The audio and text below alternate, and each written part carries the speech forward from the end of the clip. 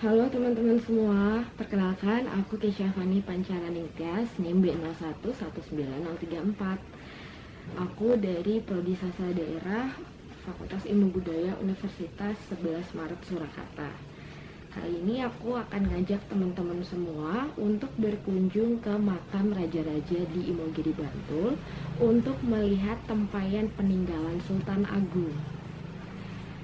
Nah, pembuatan video kali ini bertujuan untuk memenuhi tugas akhir semester mata kuliah Kebudayaan Jawa yang diampu oleh Ibu Siti Muslifah.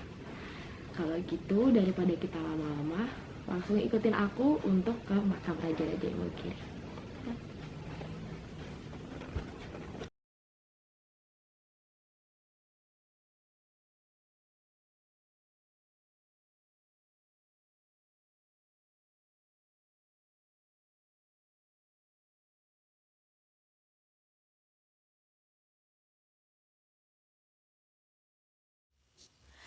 Makam Raja-Raja Mataram atau yang lebih dikenal dengan Makam Imogiri terletak di Desa Ginirejo, Imogiri, Bantul, Yogyakarta.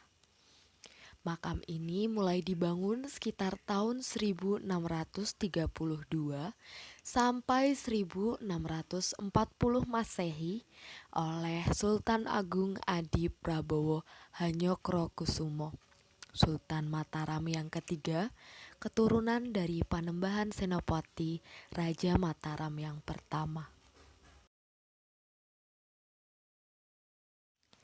Makam ini luasnya mencapai 10 hektar.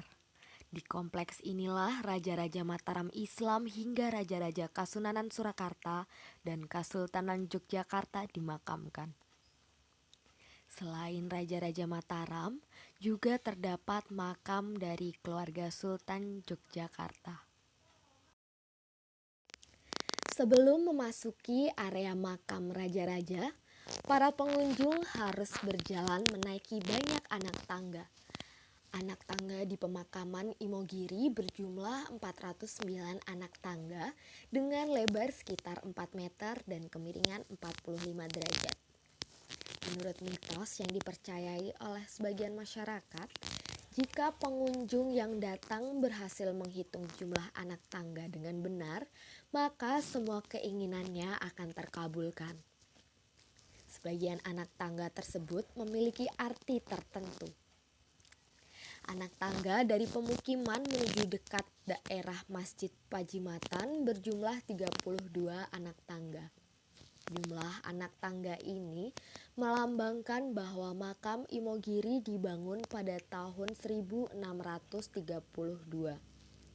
Anak tangga dari daerah dekat Masjid Pajimatan menuju pekarangan masjid berjumlah 13 anak tangga.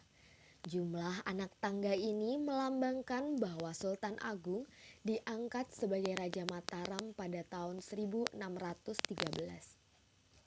Anak tangga dari pekarangan masjid menuju tangga terpanjang berjumlah 45 anak tangga. Jumlah anak tangga ini melambangkan bahwa Sultan Agung wafat pada tahun 1645. Anak tangga terpanjang berjumlah 346 anak tangga. Jumlah anak tangga ini melambangkan bahwa makam Imogiri dibangun selama 346 tahun. Anak tangga di sekitar kolam berjumlah 9 anak tangga. Jumlah anak tangga ini melambangkan jumlah Wali Songo. Area makam raja dibagi menjadi 3 daerah. Yang di sebelah kiri adalah wilayah makam Raja-Raja Kasunanan Surakarta.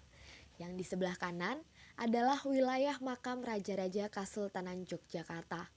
Dan yang di tengah adalah Astana Kasultanan Agung.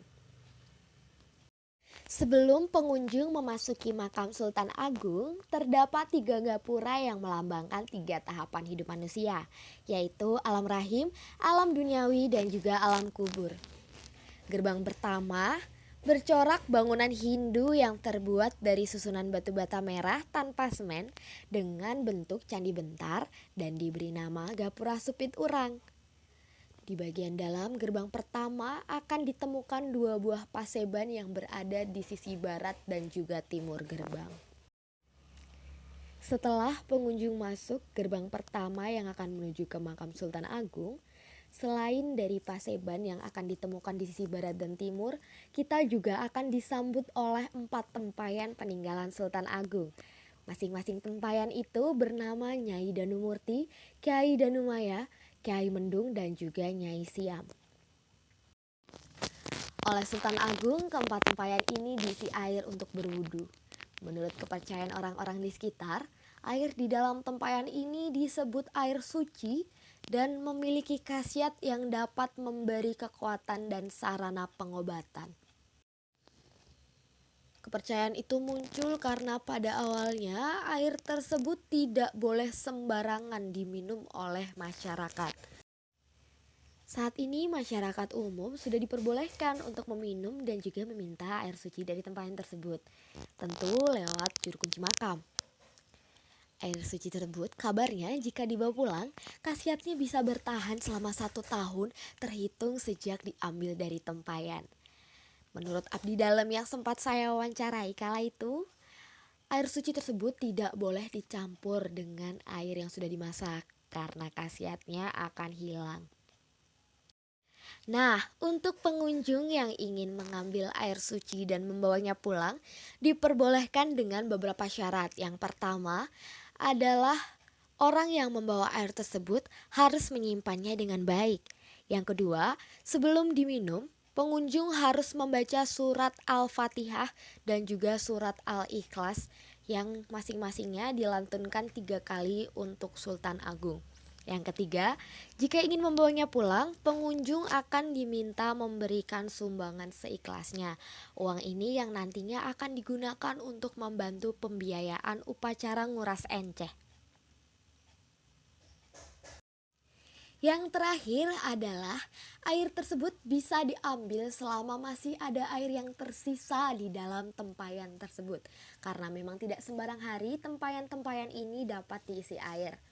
Perlu upacara khusus untuk mengisi keempat tempayan ini dengan air yang dilakukan setahun sekali. Dan upacara tersebut dinamakan nguras enceh. Upacara nguras enceh ini dilakukan setiap Jumat Kliwon di bulan Suro atau Muharram.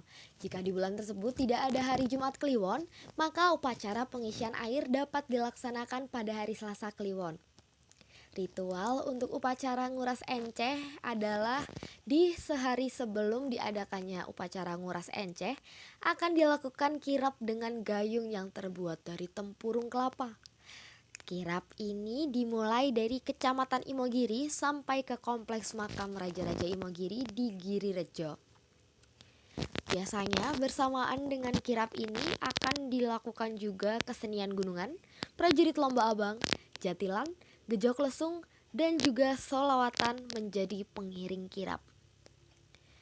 Nguras enceh ini merupakan simbolisasi pembersihan diri dari segala sesuatu yang buruk dalam diri manusia. Nah, gimana? Menarik kan video perjalanan aku berkunjung ke makam Raja-Raja Imogiri.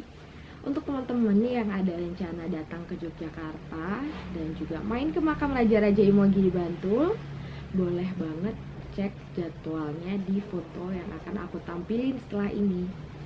Ada informasi tambahan, kalau kalian mau masuk ke makam Sultan Agung dan bisa foto pakai baju kemben khas Jawa, bisa datang ke makam Imogiri Bantul pada hari Jumat, Minggu, dan juga Senin.